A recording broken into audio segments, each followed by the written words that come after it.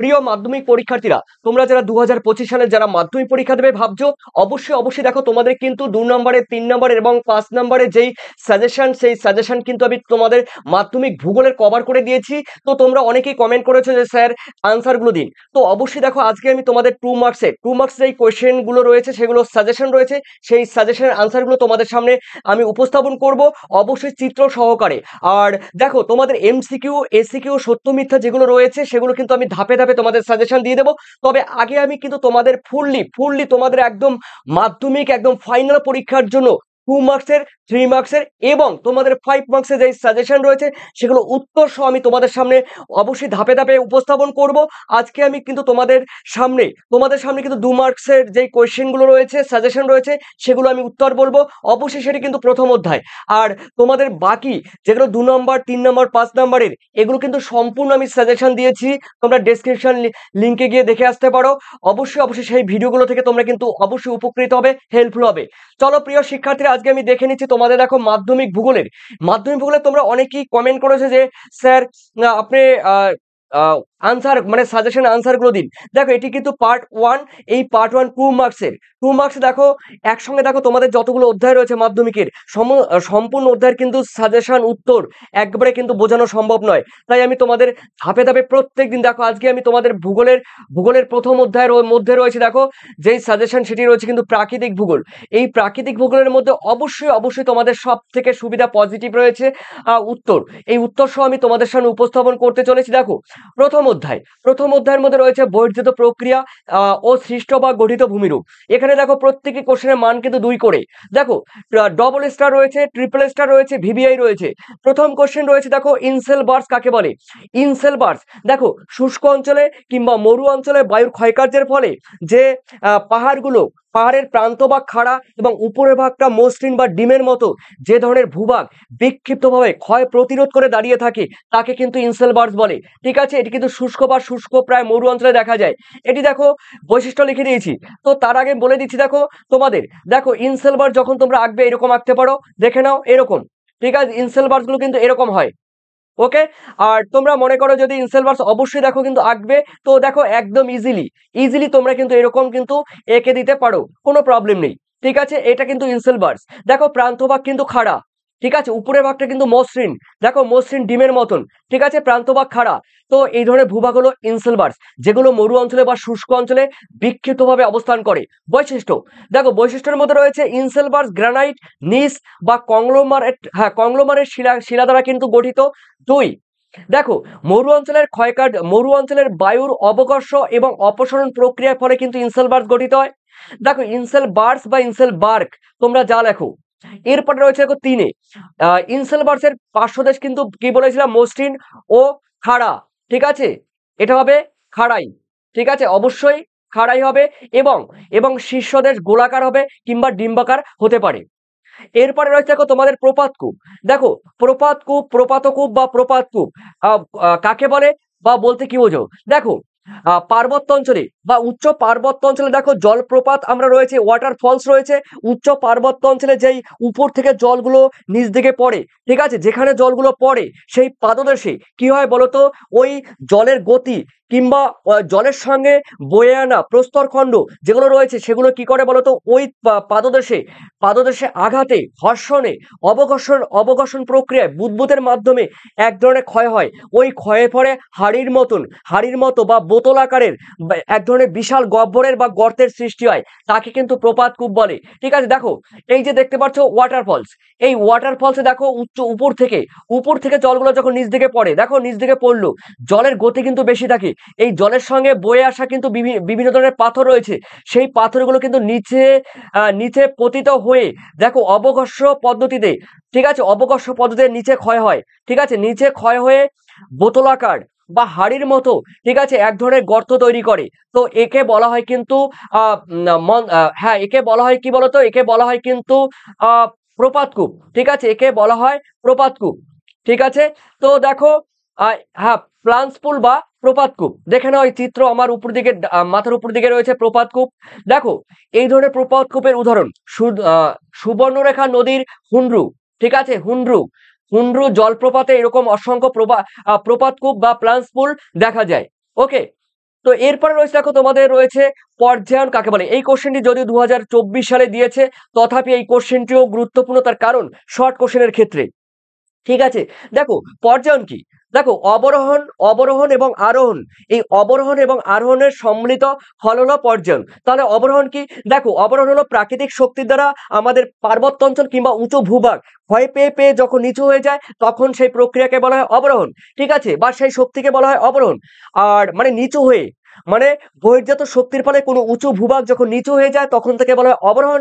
আর নিচু জায়গা, কোনো নিচু জায়গা প্রাকৃতিক শক্তির দ্বারা নুড়ি পলি বালি কাকর জমা হয়ে কোনো নিচু জায়গা যখন ভরাট হয়ে উঁচু হয়ে যায় তখন তাকে বলা হয় কিন্তু আরোহণ। ঠিক আছে, এই অবরোহণ এবং আরোহণের সম্মিলিত ফল হলো পর্যায়ন। দেখো অবরোহণ প্লাস আরোহণ, ঠিক আছে, এই অবরোহণ প্লাস আরোহণের সম্মিলিত ফল কিন্তু পর্যায়ন।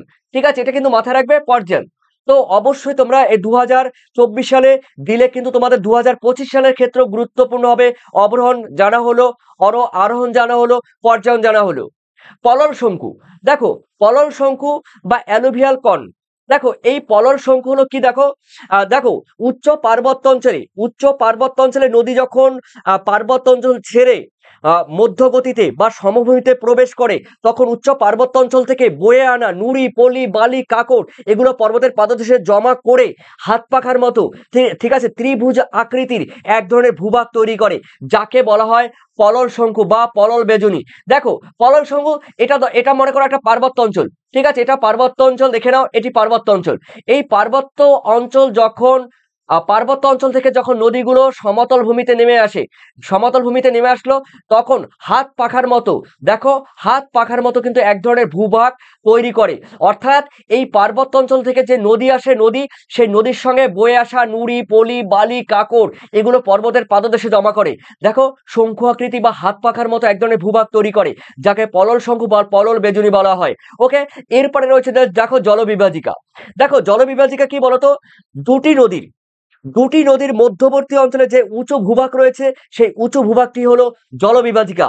অথবা কোনো নদী কিংবা উপনদীর মধ্যবর্তী অঞ্চলে যে উঁচু ভূভাগ বা উঁচু পাহাড় বা উঁচু পর্বতটি রয়েছে সেই উঁচু পর্বত বা পাহাড়কেই বলা হয় জলবিভাজিকা। ঠিক আছে, ওই উঁচু ভূভাগটাই জলবিভাজিকার কাজ করে। দেখো ধরো এটি একটি উঁচু ভূভাগ, ঠিক আছে, এই উঁচু ভূভাগ থেকে এখান থেকে একটি নদী প্রবাহিত হয়েছে, এখান থেকে একটি নদী প্রবাহিত হয়েছে বা বয়ে গেছে। দেখো এই যে দুটি নদীর মধ্যবর্তী যে উঁচু ভূভাগ, এই উঁচু ভূভাগটাই হলো জলবিভাজিকা। অর্থাৎ বলতে পারো যে উচ্চভূমি দুই বা ততোধিক নদী গোষ্ঠীকে পৃথক করে থাকে তাকে জলবিভাজিকা বলে। তাকে মানে এই উঁচু ভূভাগকে পাহাড় পর্বত কিংবা উচ্চভূমি প্রভৃতি উচ্চভূমি জলবিভাজিকার রূপে অবস্থান করে। দেখো আমাদের ভারতবর্ষে হিমালয় রয়েছে, পশ্চিমবঙ্গের পার্বত্য অঞ্চল রয়েছে, বিন্দু পর্বত রয়েছে, সাতপুরা পর্বত রয়েছে, এরকম কিন্তু অসংখ্য আমাদের ভারতবর্ষে কিন্তু জলবিভাজিকার উদাহরণ রয়েছে। এরপরে রয়েছে দেখো পাখির পায়ের মতো বদ্বীপ, ট্রিপল স্টার। দেখো পাখির পায়ের মতো বদ্বীপ কিভাবে গঠিত হয়, দেখো পাখির পায়ের মতো কিন্তু বদ্বীপ সমস্ত নদীতে গড়ে ওঠে না। কিছু কিছু নদী রয়েছে যেখানে পাখির পায়ের মতো বদ্বীপ গড়ে ওঠে। দেখে নাও, দেখো নদীর গতিবেগ বেশি হলে, দেখো নদী তার শাখা নদীর মাধ্যমে সূক্ষ্ম বাহিত নুড়ি বালি কাকড় কাদা, তারপরে রয়েছে পলি, ঠিক আছে, প্রভৃতি উপাদান সমূহ যখন সমুদ্রের বহু দূর পর্যন্ত নিয়ে যায় এবং সমুদ্রের জলের ঘনত্ব, মানে সমুদ্রের জলে লবণের পরিমাণ বেশি থাকার জন্য, সমুদ্রের জলের ঘনত্ব বেশি থাকার জন্য কি হয় বলতো, নদীর একদম প্রবাহের দুপাশে পলি সঞ্চিত হয়ে হাত পাখার মতো বদ্বীপ গড়ে ওঠে। ঠিক আছে, তার মানে বোঝা গেল নদী যখন বাহিত হয়ে, ঠিক আছে, একদম নিম্ন গতিতে নদীর মোহনার কাছে নুড়ি পলি বালি কাকড় জমা করে, ঠিক আছে, নদীর দুপাশে জমা করে কি হয় বলতো, নদীর দুপাশে জমা করে এক ধরনের ভূভাগ তৈরি করে, যেটি দেখতে অনেকটা পাখির পায়ের মতো। ঠিক আছে, তোমরা ডান দিকে দেখতে পাচ্ছ নদী, এইদিকে নদীর জল প্রবাহিত হচ্ছে। দেখো প্রবাহিত হওয়ার ফলে কি হচ্ছে, দেখো নদীর দুপাশে, এই যে দুপাশে, ঠিক আছে, এই যে দুপাশে দেখো, এই যে দুপাশে দেখেছো, এগুলো কি করে বলতো, এই যে দুপাশে দেখো, এগুলো কিন্তু এগুলো নুড়ি পলি বালি জমা হয়ে কি করে নদীর পাখির পায়ের মতো, দেখো পাখির পায়ের মতো এক ধরনের ভূভাগ তৈরি করে, যাকে বলা হয় পাখির পায়ের মতো বদ্বীপ বা পক্ষীপদ বদ্বীপ। ঠিক আছে, তো এটা কিন্তু নদী, এই যে এটা দেখতে পাচ্ছ এটা কিন্তু নদী, এই যে দেখতে পাচ্ছ এটা কিন্তু নদী। ওকে, আর এই যে নদী, এই নদীর এখানে দেখো নুড়ি পলি বালি জমা হয়ে দেখো দুপাশে এই ধরনের ভূভাগ তৈরি করে, যা দেখতে অনেকটা পাখির পায়ের মতন।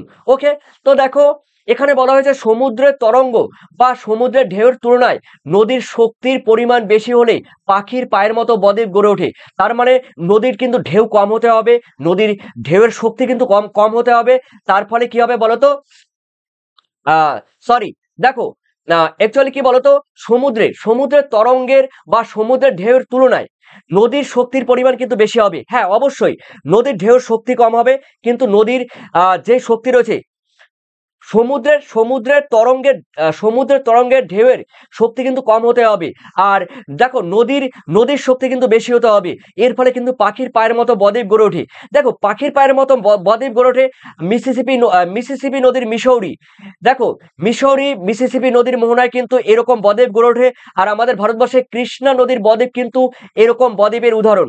ঠিক আছে, এরপরে রয়েছে দেখো পর্বতের পাদদেশে হিমবাহ কাকে বলে। দেখো পাদদেশীয় হিমবাহ কাকে বলে বা পার্বত্য হিমবাহ, দেখো উপত্যকা হিমবাহ বা পার্বত্য হিমবাহ, যা দেখো আমি একটা কথা বলছি, পাদদেশীয় হিমবাহ কি বলতো, উচ্চ উচ্চ পার্বত্য অঞ্চল থেকে যখন বা উপত্যকার মধ্য দিয়ে যখন কি করে বলতো হিমবাহগুলো ধীরে ধীরে ধীরে ধীরে মধ্যাকর্ষণ শক্তির প্রভাবে আহ নিচের দিকে নেমে আসে। এই নিচের দিকে নেমে আসার ফলে পর্বতের যে নিচে পর্বতের পাদদেশে বিশাল অঞ্চল জুড়ে এক ধরনের কি করে বলতো হিমবাহ তৈরি হয়, যাকে বলা হয় পাদদেশী হিমবাহ। এক কথায় বলবে উপত্যকা বা পার্বত্য হিমবাহ যখন মধ্যাকর্ষণ শক্তির প্রভাবে নিচের দিকে নেমে আসে এবং পর্বতের পাদদেশ অঞ্চল জুড়ে বিশাল অঞ্চল জুড়ে অবস্থান করে, তখন তাকে কিন্তু পাদদেশী হিমবাহ বলে। দেখো এই যে এটি পার্বত্য অঞ্চল, এই পার্বত্য অঞ্চল থেকে যখন হিমবাহ নেমে আসলো, এই যে হিমবাহ নেমে এসে এই পর্বতের পাদদেশে বিশাল অঞ্চল জুড়ে যখন অবস্থান করবে এই হিমবাহ, তখন থেকে পাদদেশী হিমবাহ বলে। দেখো এই ধরনের হিমবাহ কিন্তু উচ্চ অক্ষাংশ উচ্চ অক্ষাংশের উচ্চ অক্ষাংশে অবস্থিত পার্বত্য অঞ্চলের পাদদেশে কিন্তু উষ্ণতা কম থাকায় সহজেই পাদদেশী হিমবাহ সৃষ্টি হয়। তার মানে প্রিয় শিক্ষার্থীরা, উচ্চ পার্বত্য অঞ্চল নরওয়ে, সুইডেন, ডেনমার্ক, কানাডা রয়েছে। ঠিক আছে, তারপরে রয়েছে তোমার বলতে পারো রাশিয়ার উত্তরাংশ রয়েছে, তারপরে বলতে পারো আন্টার্কটিকা রয়েছে দক্ষিণ গোলার্ধের। এই সমস্ত উচ্চ অক্ষাংশে উষ্ণতা খুবই কম থাকে, তাই উপর থেকে হিমবাহগুলো ধীরে ধীরে দেখো নেমে আসে। আর উপর থেকে নেমে আসার কোনো ব্যাপার নেই, কারণ ওই ওই উপত্যকার মধ্যেই কিন্তু পার্বত্য হিমবাহ অবস্থান করে। ঠিক আছে, যেহেতু উচ্চতা কম এবং প্রচন্ড ঠান্ডা, তাই পার্বত্য হিমবাহ উচ্চ অক্ষাংশে কিন্তু বেশি দেখা যায়। তো এরপরে রয়েছে দেখো বাকসরুন্ড, ডবল স্টার। বাকসরুন্ড কাকে বলে দেখো, দেখো মাথায় রাখবে বাকসরুন্ড উচ্চ পার্বত্য অঞ্চলের হিমবাহ এবং যে পাহাড় রয়েছে, পর্বত গাত্র রয়েছে, তার মধ্যে একটি বিশাল ফাটল বা ফাঁক বা গ্যাপের সৃষ্টি হয়, যাকে বলা হয় বাকসরুন্ড। দেখো পর্বত গাত্র এবং হিমবাহের মধ্যে যে বিশাল আকৃতির গ্যাপ বা ফাটল রয়েছে, তাকে বলা হয় কিন্তু বাকসরুন্ড। চিত্রটি তোমরা ফলো করো, বাকসরুন্ড কাকে বলে দেখো, এই দেখো বাকসরুন্ড, এটা কিন্তু পর্বতের গাত্র, আর এটি কিন্তু বরফ। ঠিক আছে, এই পর্বতের গাত্র এবং বরফের মধ্যে বিশাল গ্যাপ বা ফাটল তৈরি হয়, এই ফাটলকে বলা হয় কিন্তু বাকসরুন্ড। ঠিক আছে, আর এরপরে বৈশিষ্ট্য, দেখো বৈশিষ্ট্য তোমরা কিন্তু অবশ্যই দেখে নিও, বৈশিষ্ট্য যেগুলো সংজ্ঞা বললাম এই সংজ্ঞা থেকে কিন্তু তোমরা বৈশিষ্ট্য পাবে। আর এরপরে রয়েছে কিন্তু এখানে ক্রেবাস আমি পরে আসবো, সরি, এখানে রয়েছে ক্রেবাস, এটি তো শিলা, এটি বরফ, ক্রেপাস এখানে রয়েছে, আমি পরে বলবো। এরপরে রয়েছে দেখো তোমাদের এখানে কিন্তু চিত্র দেওয়া হয়েছে, এটা কিন্তু বাকসরুন্ড রয়েছে, আর হিমবাহের গতি কিন্তু এদিকে রয়েছে। ঠিক আছে, হিমবাহের গতি এদিকে রয়েছে, অবশ্যই বলবো। হ্যাঁ ক্রেবাস রয়েছে। দেখো হিমবাহের উপরের পৃষ্ঠে ফাটল ধরলে তাকে ক্রেবাস বলে। দেখো এটি কিন্তু হিমবাহ, এই হিমবাহ যখন নিচ দিকে নেমে আসে, তখন অনেক সময় আরো নিচ দিকে নেমে আসার ফলে হিমবাহের যে উপরের অংশ, সেই উপরের অংশ আড়াআড়ি ভাবে, দেখো আড়াআড়ি মানে এইভাবে আড়াআড়ি ভাবে এক ধরনের ফাটল তৈরি হয়, এই ফাটলকে কিন্তু ক্রেভাস বলা হয়। ঠিক আছে, এরপরে রয়েছে দেখো তোমাদের ডিম ভর্তি ডিমের ঝুড়ি বা ড্রামলিন কাকে বলে? প্রিয় শিক্ষার্থীরা দেখো, বিভিন্ন আকৃতি দেখো, শিলাখণ্ড, নুড়ি, বালি, পলি ইত্যাদি হিমবাহ বাহিত গলিত পদার্থ যখন সঞ্চিত হয়ে উল্টানো নৌকোর মতো বা উল্টানো চামচের মতো যে ধরনের ভূভাগ তৈরি করে তাকে ড্রামলিন বলে। দেখো হিমবাহের সঙ্গে শুধু কি বরফ আসে, ওর মধ্যে নুড়ি, পলি, বালি, কাঁকড় আছে, সেগুলো কিন্তু পর্বতের পাদদেশে বা নিচু ভূমিতে ওই বরফগুলো গলে যায়, আর নুড়ি, পলি, বালিগুলো জমা হয়ে উল্টানো নৌকোর মতো, উল্টানো চামচের মতো এক ধরনের ভূভাগ তৈরি করে, যাকে ড্রামলিন বলে। দেখো এই ধরনের ড্রামলিনের কিন্তু দীর্ঘতা 1 থেকে 2 কিলোমিটার হতে পারে। আর দীর্ঘ, হ্যাঁ, 1 থেকে 2 কিলোমিটার। একটি আদর্শ ড্রামলিন মানে প্রকৃত ড্রামলিনের দৈর্ঘ্য দেখো 1 থেকে 2 কিলোমিটার হতে পারে, এবং 400 থেকে 600 মিটার প্রশস্ত হতে পারে, মানে চওড়া হতে পারে। এরপরে উচ্চতা দেখো 15 থেকে 30 মিটার কিন্তু উচ্চতা হতে পারে। দেখো ড্রামলিন যেদিক দিয়ে প্রবাহিত হয় সেদিক কিন্তু অমসৃণ থাকে এবং তার বিপরীত দিকটা মসৃণ থাকে। দেখো ড্রামলিন, ধরো হিমবাহ, এই দিক থেকে হিমবাহ প্রবাহিত হচ্ছে, এই দিক থেকে দেখো হিমবাহ প্রবাহিত হচ্ছে, যেদিক থেকে হিমবাহ প্রবাহিত হবে সেই দিকটা কিন্তু মসৃণ, সেদিকটা কিন্তু অমসৃণ থাকে, এবড়ো খেবড়ো থাকবে। তার বিপরীত দিক দেখো, তার বিপরীত দিকটি কিন্তু মসৃণ থাকবে, এই দিকটা, আমার মাথার দিকে তাকাও, এই দিকটা কিন্তু মসৃণ থাকবে। ঠিক আছে, এটি ড্রামলিনের ক্ষেত্রে। আর রসে মোতানের ক্ষেত্রে কিন্তু ঠিক উল্টোটা হবে, ঠিক উল্টোটা। আর এরপরে রয়েছে দেখো তোমাদের ড্রামলিনের ঢাল হিমবাহের প্রবাহের দিক খাড়া থাকে এবং বিপরীত দিক কিন্তু মৃদু থাকে। হিমবাহের যে এই দিক থেকে প্রবাহিত আছে, এই দিকের প্রবাহিত ঢালটা কিন্তু খুব খাড়া থাকবে, আর তার বিপরীত দিকটা কিন্তু ঢাল কিন্তু অতটা খাড়া থাকবে না, মৃদু থাকবে। এরপরে হচ্ছে দেখো বহু ড্রামলিন। দেখো একটি ড্রামলিন বহু ড্রামলিন যখন একসঙ্গে অবস্থান করবে তখন এই ড্রামলিনের মাঝখানে কিন্তু জল জমা হয়ে, ঠিক আছে, জল জমা হয়ে কিন্তু হ্রদের বা জলাভূমির সৃষ্টি করবে, হ্রদ বা জলাভূমির সৃষ্টি করবে। উদাহরণ, মার্কিন যুক্তরাষ্ট্রের উত্তরাঞ্চল, আমাদের ভারতবর্ষের আমাদের হ্যাঁ, মার্কিন যুক্তরাষ্ট্রের উত্তর অঞ্চল রয়েছে, উত্তর ইংল্যান্ড রয়েছে, উত্তর আয়ারল্যান্ড প্রভৃতি অঞ্চলে কিন্তু ড্রামলিন দেখা যায়। আমাদের উচ্চ পার্বত্য অঞ্চলে কিছু কিছু জায়গায় ড্রামলিন অবশ্যই দেখা যায়। টিকা লেখো ইয়ারদাং। দেখো ইয়ারদাং কি বলতো? মরু অঞ্চলে বা শুষ্ক প্রায় মরু অঞ্চলে বায়ুর অবকাশের ক্ষয়কার্যের ফলে মোরগের ঝুঁটি আছে, সেই মোরগের ঝুঁটির আকৃতি বিশিষ্ট ভূভাগকে বলা হয় ইয়ারদাং। কি বলেছে? মরু অঞ্চলের বায়ুর অবকর্ষ প্রক্রিয়ায় ক্ষয়কার্যের ফলে সৃষ্ট মোরগের ঝুঁটির আকৃতি বিশিষ্ট ভূমিরূপকে বলা হয়, কি বলা হয়? বলা হয় ইয়ারদাং।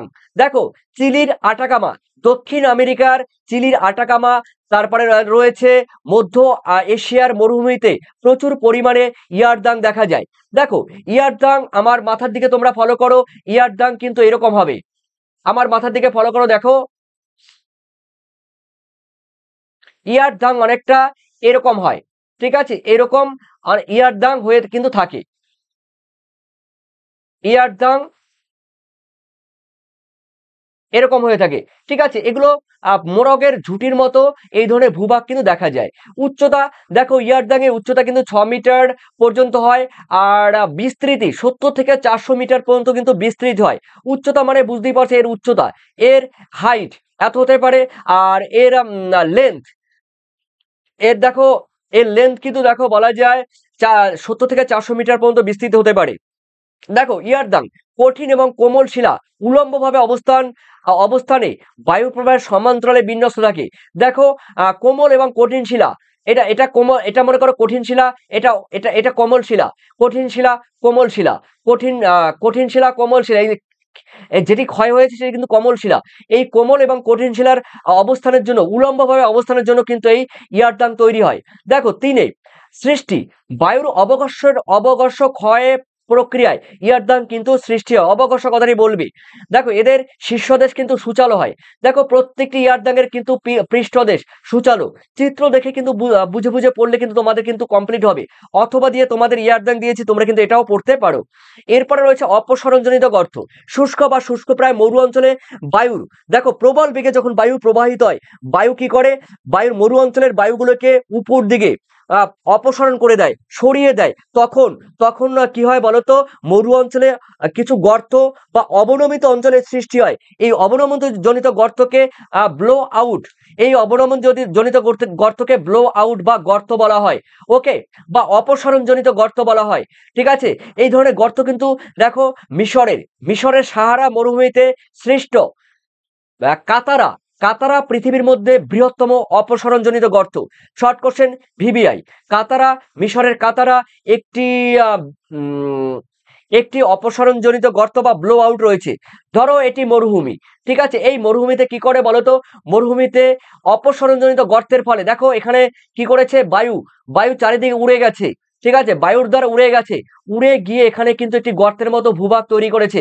একে বলা হয় কিন্তু একে বলা হয় কি, অপসারণজনিত গর্ত বা ব্লো আউট। তো এই ব্লো আউটে কিন্তু অনেক সময় জল জমা হয়ে কিন্তু দেখো হ্রদের সৃষ্টি করে, মরুদ্যানের সৃষ্টি করে। বালিয়ারি কাকে বলে? দেখো বালিয়ারি প্রকৃতপক্ষে কিন্তু বালির পাহাড়। ঠিক আছে, মরু অঞ্চলে কি করে, মরু অঞ্চলে বায়ু প্রবাহিত হয়, ওই বায়ু যখন প্রবাহিত হয়, তোমরা জানো মরু অঞ্চলে গাছপালা কম, মরু অঞ্চল শুষ্ক, তার বায়ুগুলো মানে বালিগুলো আলগা শুষ্ক। তাই যখন বায়ু প্রবাহিত হয়, বায়ুর প্রবাহের সঙ্গে সঙ্গে কিন্তু বায়ু প্রবাহের সঙ্গে সঙ্গে কিন্তু বালিও উড়ে যায়। উড়ে গিয়ে কোনো জায়গায় কোনো পাথর থাকলে কিংবা কোনো একটা গাছপালা থাকলে সেখানে ওই বায়ুগুলো জমা হয়ে হয়ে হয়ে হয়ে একটা পাহাড়ের মতো ভূভাগ তৈরি করে, যাকে বলা হয় বালিয়ারি। ওকে, এই বালিয়ারির মধ্যে রয়েছে অন্যতম বারখান রয়েছে, অনুদৈর্ঘ্য বালিয়ারি রয়েছে, এগুলো উল্লেখযোগ্য। ট্রিপল স্টার, দেখো বারখান কাকে বলে? দেখো বারখান মরুভূমি অঞ্চলে বায়ুর গতিপথে আড়াআড়ি ভাবে অর্ধচন্দ্রাকৃতি বিরাজ করে, এরকম বালিয়ারিকে বারখান বলে। ঠিক আছে, এই বারখান কথাটি প্রথম দেখো মরু পর্যটক মানে ভ্রমণ করতে গিয়েছিল মরু পর্যটক হেডিন সর্বপ্রথম কিন্তু এই বারখানের কথা বলে। দেখো আমি বলে দিচ্ছি, বারখান কিন্তু মাথায় রাখবো, আমার এদিকে তাকাও, বারখান দেখতে অনেকটা এরকম, আমি চিত্র তোমাদের এঁকে দিচ্ছি যথাসাধ্য। দেখো এটি কিন্তু বারখান। ঠিক আছে, এই বারখানের কিন্তু বায়ু প্রবাহের দিক, এটা কিন্তু বায়ু প্রবাহের দিক। ঠিক আছে, আর এটি এখানে রয়েছে কিন্তু সিংহের মতো, দেখো সিংহের মতো এক ধরনের ভূভাগ রয়েছে, দেখেছো সিংহের মতন। তো মাথায় রাখবে মরু অঞ্চলে বারখানের সামনের দিকটা উত্তল থাকে। দেখো এই যে মরু অঞ্চলের, এটা কিন্তু বায়ু প্রবাহের দিক। দেখো সামনের দিকটা, এই যে সামনের দিকটা কিন্তু উত্তল, দেখেছো সামনের দিকটা কিন্তু উত্তল, মানে চশমার লেন্সের মতো উত্তল। আর দেখো আর পেছন দিকটা, এটা কিন্তু পেছনের দিক। আমি প্রথমে বলেছিলাম বায়ু প্রবাহের দিক, এটি। আর দেখো পেছনের দিকটি কিন্তু অবতল, দেখেছো অবতল হলো তাহলে। আর এরপরে রয়েছে দেখো বারখানের দুই প্রান্ত অর্ধচন্দ্রাকৃতি সিংহের মতো। দেখো এই যে বারখানের পেছন দিকটা অর্ধচন্দ্রাকৃতি সিংহের মতো। এরপরে রয়েছে দেখো বারখানের বায়ুর গতির দিকে ঢালু, তার মানে বারখানের বায়ু প্রবাহের গতির দিক ঢালু, আর তার বিপরীত দিকটা দেখো খাড়া, দেখো ঢাল কিন্তু খাড়া। ঠিক আছে, এরপরে বারখানের উচ্চতা দেখো 10 থেকে 30 মিটার হয়, দৈর্ঘ্য 50 থেকে 200 মিটার হতে পারে, প্রস্থ হতে পারে 40 থেকে 70 মিটারের বেশি। এরপরে রয়েছে দেখো 5 বারখান মরু অঞ্চলে ল্যান্ডমার্ক হিসাবে কাজ করে। ওকে, মানে ল্যান্ডমার্ক মানে কি, অমুক জায়গায় একটি বারখান রয়েছে, তার মানে অমুক জায়গায় আমরা স্টে করেছিলাম কিংবা অমুক জায়গায় ঘুরতে যাব। তো বারখান কি করে বলতো, মরু অঞ্চলে ল্যান্ডমার্ক মানে ভূমির চিহ্নিতকরণ হিসাবে ব্যবহার করা হয়। 6 এগুলি বায়ু প্রবাহের আড়াআড়ি ভাবে কিন্তু গড়ে ওঠে। বায়ু প্রবাহ এদিক থেকে বায়ু প্রবাহিত হলো, বায়ুর প্রবাহে কি করে বলতো, আড়াআড়ি ভাবে কিন্তু এই বারখান গড়ে ওঠে। ওকে, অনুদৈর্ঘ্য বালিয়ারি এবং তির্যক বালিয়ারি। দেখো অনুদৈর্ঘ্য বালিয়ারি কাকে বলে আমি বলে দিচ্ছি। দেখো অনুদৈর্ঘ্য বালিয়ারি সংজ্ঞা দাও। বায়ুর গতিপথে সমান্তরালে যেসব লম্বা সরু বালিয়ারি গঠিত হয় তাকে অনুদৈর্ঘ্য বালিয়ারি বলে। দেখো বায়ু যখন প্রবাহিত হয়, বায়ুর প্রবাহের সমান্তরালে লম্বালম্বি সংকীর্ণ, ঠিক আছে, তলোয়ারের মতন যে বালিয়ারি তৈরি করে তাকে কিন্তু অনুদৈর্ঘ্য বালিয়ারি বলে।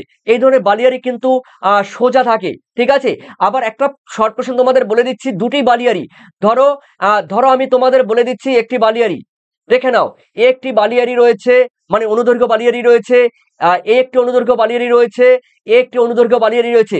তো এই যে বালিয়াড়ি, এই দুটি বালিয়াড়ির মধ্যবর্তী যে অঞ্চলটি রয়েছে, এই দুটি বালিয়াড়ির মধ্যবর্তী যে অঞ্চলটি রয়েছে তাকে কিন্তু করিডোর বলে, এটাকে কিন্তু করিডোর বলে। ঠিক আছে, অর্থাৎ দুটি অনুদৈর্ঘ্য বালিয়াড়ির মধ্যবর্তী অঞ্চলকে করিডোর বলে। এই করিডোর বলা হয়, এটা মাথায় রাখবে শর্ট কোশ্চেনের জন্য। তো দেখো, এই ধরনের বালিয়াড়ি কিন্তু তলোয়ারের মতো সোজা লম্বা হয়ে থাকে এবং সংকীর্ণ হয়ে থাকে। তো এই ধরনের বালিয়াড়ি 150 মিটার থেকে 1 কিলোমিটার পর্যন্ত কিন্তু, হ্যাঁ, এই ধরনের বালিয়াড়ি কি 150 মিটার কিন্তু লম্বা হতে পারে, 150 মিটার লম্বা হতে পারে। আর প্রস্থ কিন্তু দেখো বলা যায় 1 কিলোমিটার পর্যন্ত হতে পারে। তো দেখো তির্যক বালিয়াড়ি, দেখো তির্যক বালির আরেকটা নাম কিন্তু তোমাদের বলে দিচ্ছি, বারখান কিন্তু এক ধরনের তির্যক বালিয়াড়ি।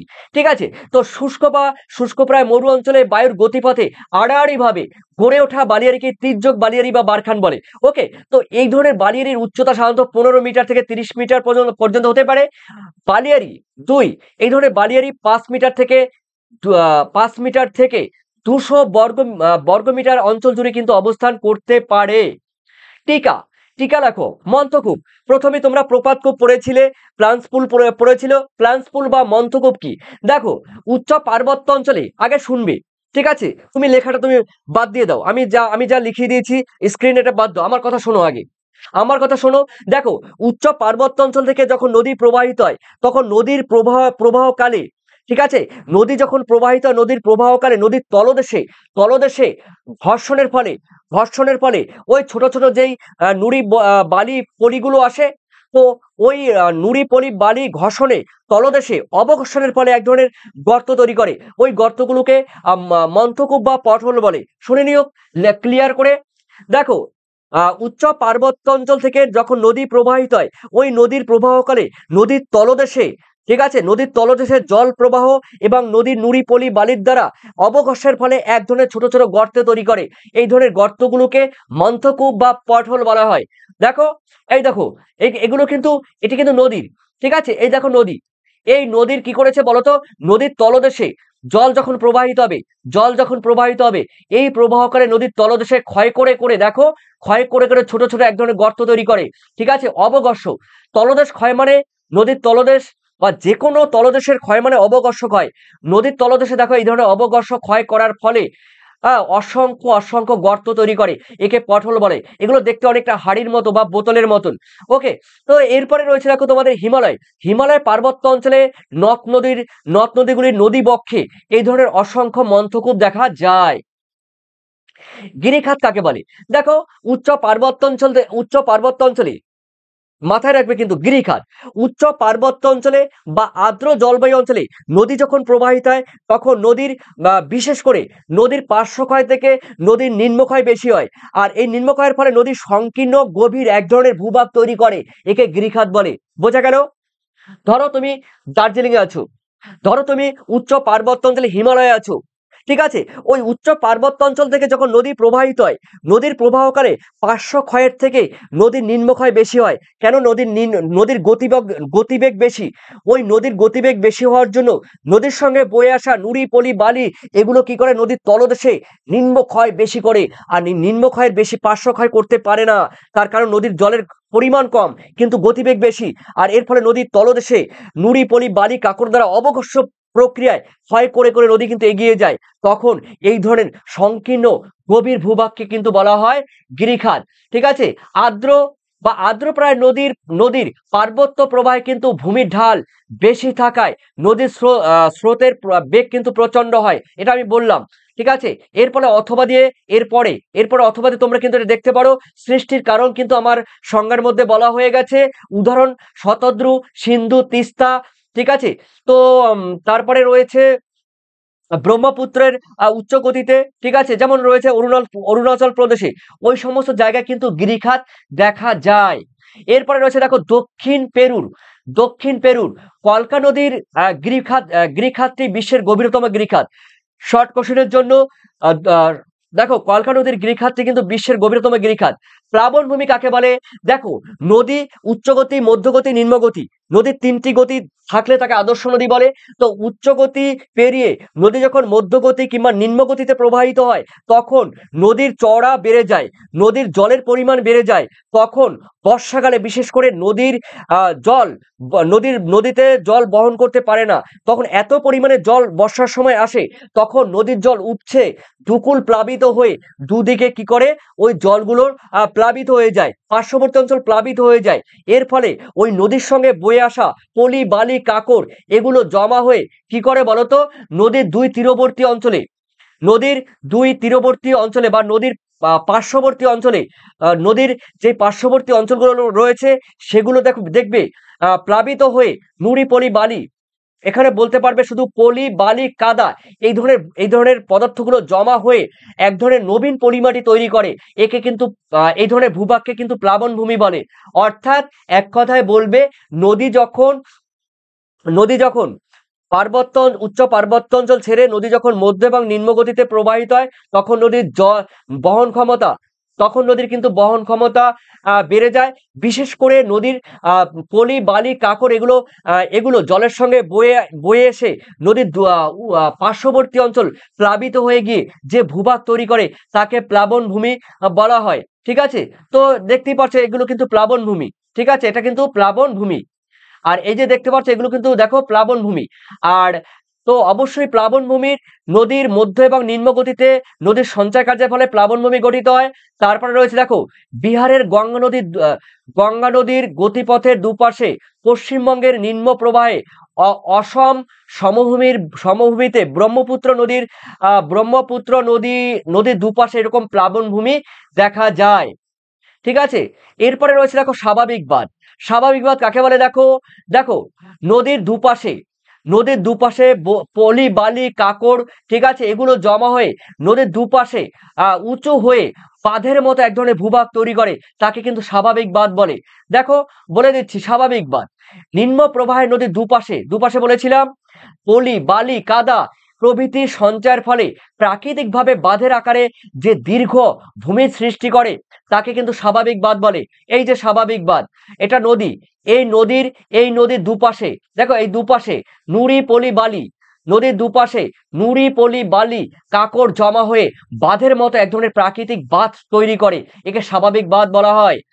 সৃষ্টি নদীর গতিবেগ একেবারে কমে গেলে নদী বাহিত বিভিন্ন আকৃতির শিলা, তারপরে রয়েছে শিলাচূর্ণ বালি পলি প্রভৃতি বহন করতে অক্ষম হয়, মানে বহন করতে পারে না। নদী বাহিত বিভিন্ন পদার্থ শিলাখণ্ড শিলাচূর্ণ বালি পলি প্রভৃতি নদীর তীরে, মানে দুই পাশে কিন্তু জমা হয়ে এই ধরনের ভূভাগ তৈরি করে। বৈশিষ্ট্য স্বাভাবিক বাঁধের উচ্চতা 2 থেকে 3 মিটার হয়। স্বাভাবিক বাঁধ নদী ও নিম্ন অববাহিকায় বন্যার হাত থেকে রক্ষা করে। দেখো এই ধরনের বাঁধগুলো কি করে বলতো, বন্যার হাত থেকে অনেক সময় রক্ষা করে। তার মানে নদীর জলগুলো কিন্তু এই পার্শ্ববর্তী অঞ্চলে বা প্লাবনভূমিতে পার্শ্বভূমি অঞ্চলে প্রবেশ করতে পারে না, ফলে বন্যার হাত থেকে রক্ষা করে। দেখো রয়েছে ঝুলন্ত উপত্যকা। দেখো ঝুলন্ত উপত্যকা খুবই ইন্টারেস্টিং। দেখো আমরা জানি প্রধান নদীর গতিপথে অসংখ্য ছোট ছোট কি হয়, উপনদী প্রধান নদীর সঙ্গে মিলিত হয়। ঠিক সেইভাবে উচ্চ পার্বত্য অঞ্চলে দেখো প্রধান হিমবাহের পাশে ছোট ছোট হিমবাহগুলো প্রধান হিমবাহের সঙ্গে এসে মিলিত হয়। তখন দূর থেকে তুমি বুঝতে পারবে যে ওই হিমবাহ প্রধান হিমবাহের উপরে ঝুলন্ত অবস্থায় রয়েছে, একে ঝুলন্ত উপত্যকা বলা হয়। এই ধরনের উপত্যকাকে ঝুলন্ত উপত্যকা বলা হয়। তার মানে দেখো প্রধান নদীর গতিপথে যেমন ছোট ছোট নদী এসে মিলিত হয়, সেই রকম প্রধান হিমবাহের সঙ্গে ছোট ছোট হিমবাহ এসে মেশে। এইভাবে প্রধান হিমবাহের উপত্যকা খুব বড় ও গভীর হয়। তাই ছোট হিমবাহের উপত্যকা প্রধান হিমবাহের উপরে ঝুলন্ত অবস্থায় থাকে, একে ঝুলন্ত উপত্যকা বলে। দেখো এটা মনে করো আমার বাঁদিকে ফলো করো, আমার ডান দিকে, এই ডান দিকে এটি কিন্তু প্রধান হিমবাহ। ঠিক আছে, এটি কিন্তু প্রধান হিমবাহ, দেখতে পাচ্ছ প্রধান হিমবাহ। তো প্রধান হিমবাহের পাশে এই যে পাশ থেকে একটি ছোট ছোট হিমবাহগুলো প্রধান হিমবাহের সঙ্গে মিলিত হয়েছে। তো দূর থেকে দূর থেকে তুমি এই তাকালে, ঠিক আছে, দূর থেকে তাকালে মনে করবে এই ছোট ছোট হিমবাহগুলো প্রধান হিমবাহের উপরে ঝুলন্ত অবস্থায় রয়েছে। এই ধরনের উপত্যকাকে ঝুলন্ত উপত্যকা বলা হয়। ঠিক আছে, হ্যাঙ্গিং ভ্যালি যাকে বলা হয়। পলল বেজুনি কাকে বলে? দেখো, পলল বেজুনি, পলল বেজুনি কাকে বলে দেখো, পলল বেজুনি, পলল বেজুনি কিন্তু আমি বলেছিলাম একটু আগে তোমাদের পলল শঙ্কু বা পলল বেজুনি, এটি কিন্তু বলা হয়েছে। নদীর বাঁক কাকে বলে? দেখো, নদী যখন সমতল ভূমির মধ্য দিয়ে প্রবাহিত হয় তখন নদীর সামনে সামনে কোনো সাধারণ বাধা থাকলেই নদী আঁকা বাঁকা পথে নদী কিন্তু কি হয়, প্রবাহিত হয়। নদী আঁকা বাঁকা পথে প্রবাহিত হয়। একে কিন্তু বলা হয়, কিন্তু দেখো, একে বলা হয় কিন্তু নদী বাঁক বা মিয়েন্ডার। একে বলা হয় নদীর বাঁক বা মিয়েন্ডার। দেখো, নদীর সামনে কোনো একটা বাধা পেল, নদী কিন্তু সেই বাধা এড়িয়ে এইদিকে প্রবাহিত হলো। আবার এদিকে কোনো বাধা পেল, নদী তখন এইদিকে প্রবাহিত হলো। আবার সামনে কোনো বাধা পেল, এদিকে বাধা পেল, নদী আবার বেঁকে এইদিকে প্রবাহিত হলো। অর্থাৎ নিম্ন প্রবাহে নদী যখন সমতল ভূমির উপর দিয়ে প্রবাহিত হয় তখন নদীর গতিপথে সামান্য কোনো বাধা পেলে নদী আঁকাবাঁকা পথে প্রবাহিত হয়। একে নদী বাঁক বলা হয়। ঠিক আছে, এরকম বাঁককে কিন্তু মিয়েন্ডারও বলা হয়। দেখো, পূর্ব পূর্ব বর্ধমানের অগ্রদ্বীপের কাছে গঙ্গা নদীতে এরকম বহু নদী বাঁক দেখা যায়। তুরস্কের, এটি কিন্তু শর্ট কোশ্চেনের জন্য ভিভিআই, তুরস্কের দেখো তুরস্কের বাকবহুল মিয়েন্ডারেস, ঠিক আছে, এই মিয়েন্ডারেস নদীর নামানুসারে কিন্তু ভূমিরূপের নামকরণ করা হয় মিয়েন্ডার। এরপরে রয়েছে দেখো বদ্বীপ। আমরা জানি, ছোটবেলা আমরা পড়েছি বদ্বীপ কাকে বলে। দেখো, আমরা সবাই জানি বদ্বীপ কাকে বলে। দেখো, এই বদ্বীপ আমরা জানতে গেলে আমরা জানি নদীর উচ্চগতি, মধ্যগতি, নিম্নগতি। নদী যখন নিম্নগতিতে প্রবাহিত হয় আমরা জানি নদীর গতিবেগ, জলের গতিবেগ কমে যায়। ফলে নদীর নুড়ি, পলি, বালি, কাঁকরগুলো এগুলো মোহনার কাছে বিশেষ করে নদীর নিম্ন গতিতে কিংবা মোহনার কাছে নুড়ি, পলি, বালি, কাঁকর জমা হয়ে মাত্রাহীন এক ধরনের ভূভাগ তৈরি করে বা এক ধরনের দ্বীপ তৈরি করে। এই দ্বীপকে বলা হয় বদ্বীপ। এই বদ্বীপ কিন্তু বাংলার বয়ের মতো নয়, কিন্তু এই বদ্বীপ কিন্তু বাংলা বয়ের মতো নয়, মাত্রাহীন, এই কোনো মাত্রা থাকবে না। দেখো, কোনো মাত্রা থাকবে না। গ্রিক অক্ষর ডেল্টার মতো ভূমিরূপ গঠিত হয়। গ্রিক অক্ষর ডেল্টার মতো, এটা কিন্তু গ্রিক অক্ষর ডেল্টার মতো বদ্বীপ গঠিত হয়। তাই একে বদ্বীপ বলা হয়। উদাহরণ, গঙ্গা, ব্রহ্মপুত্র এবং মেঘনা নদীর পলি পরে গঠিত বিশ্বের বৃহত্তম নদী নির্মিত বদ্বীপ রয়েছে আমাদের। এটি রয়েছে ভারতের পশ্চিমবঙ্গ রাজ্য এবং বাংলাদেশের বেশিরভাগ অংশ জুড়ে কিন্তু এই বদ্বীপটি গঠিত হয়েছে। এরপরে রয়েছে দেখো জলপ্রপাত। দেখো, জলপ্রপাত কাকে বলে? নদীর পার্বত্য প্রবাহে যদি কঠিন এবং কোমল শিলা থাকে, আমরা জানি সেই কঠিন এবং কোমল শিলা অনুভূমিক কথার মানে এই যে কঠিন এবং কোমল শিলা অনুভূমিকভাবে অবস্থান করবে।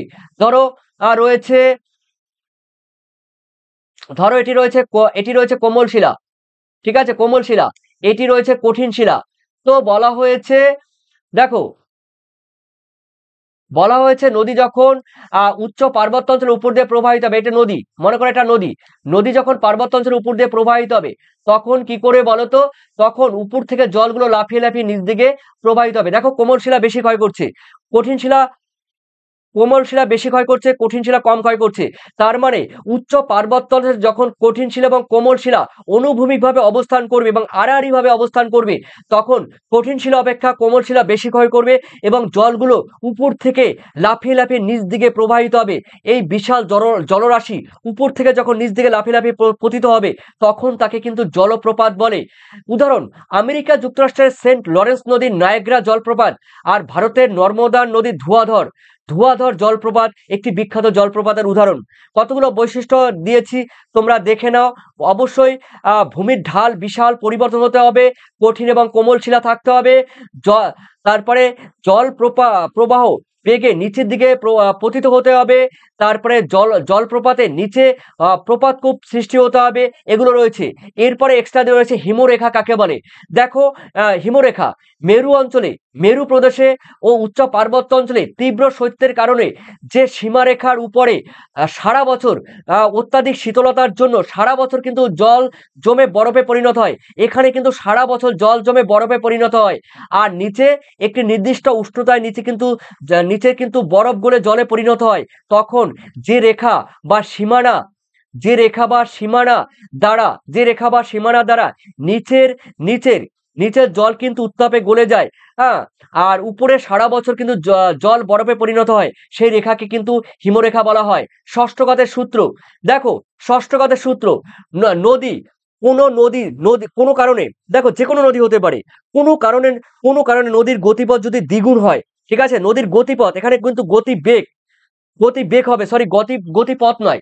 দেখো যে কোনো নদী, যখন কোনো নদীর গতিবেগ যদি গতিবেগ মানে জলের গতিবেগ যদি দ্বিগুণ হয়, তাহলে নদীর বহন ক্ষমতা 2⁶। দেখো 2⁶ মানে 2⁶ কথার মানে হলো 64 গুণ সে বোঝা সে বইতে পারে, ঠিক আছে, অর্থাৎ তার বহন ক্ষমতা 2⁶, অর্থাৎ 64 গুণ বৃদ্ধি পায়। একে ষষ্ঠঘাতের সূত্র বলা হয়। দেখো ষষ্ঠঘাতের সূত্রটির ধারণা দিয়েছে কিন্তু ডাব্লিউ হপকিং। হপকিং কিন্তু এই ষষ্ঠঘাতের নদীর ষষ্ঠঘাতের কিন্তু সূত্র দিয়েছে। প্রিয় শিক্ষার্থীরা, এই ছিল তোমাদের প্রথম অধ্যায়। বাকি যে অধ্যায়গুলো রয়েছে, দেখো এরপরে রয়েছে তোমাদের কিন্তু বায়ুমণ্ডল। সেই বায়ুমণ্ডলের 2 নম্বরের কোশ্চেনগুলো যেগুলো তোমাদের পরীক্ষা আসবে, সেগুলো কিন্তু তোমাদের আমি উত্তর সহ তোমাদের সম্মুখে উপস্থাপন করব। এইভাবে তোমাদের বুঝিয়ে দেব, পরীক্ষার সময় যেন কোনো প্রকারে তোমরা না ভুলতে পারো, ঠিক আছে। আর অবশ্যই তোমরা যদি পিডিএফ পেতে চাও, সেগুলো কিন্তু অবশ্যই আমার সঙ্গে কিন্তু তোমরা 1 মাস পর কিন্তু অবশ্যই তোমরা কিন্তু যোগাযোগ করবে। অবশ্যই এই পিডিএফ কিন্তু আমি তোমাদের দেব, ঠিক আছে। টোটাল 2 নম্বরের পিডিএফ, 3 নম্বরের পিডিএফ, 5 নম্বরের পিডিএফ, ইভেন তোমাদের কিন্তু শর্ট কোশ্চেন, এমসিকিউ, এসসিকিউ, প্রত্যেকটা অধ্যায় থেকে যে বড় কোশ্চেন গুলো হয়, ঠিক আছে, সেগুলো তো দেবই, আর সত্য মিথ্যাও দেবো। তো তোমরা অবশ্যই আমাকে কমেন্ট সেকশনে কমেন্ট করে জানাবে তোমাদের প্রবলেম কোথায় আছে, অবশ্যই জানাবে। তো তোমাদের অবশ্যই ফাইনাল পরীক্ষার জন্য এটা কার্যকর হতে চলছে। গতবারের ভিডিও তোমরা দেখে এসো, সম্পূর্ণ কমন পড়েছে। তো অবশ্যই তোমাদের মূল্যবান কমেন্ট সেকশনে জানিয়ে দিও। Thank you.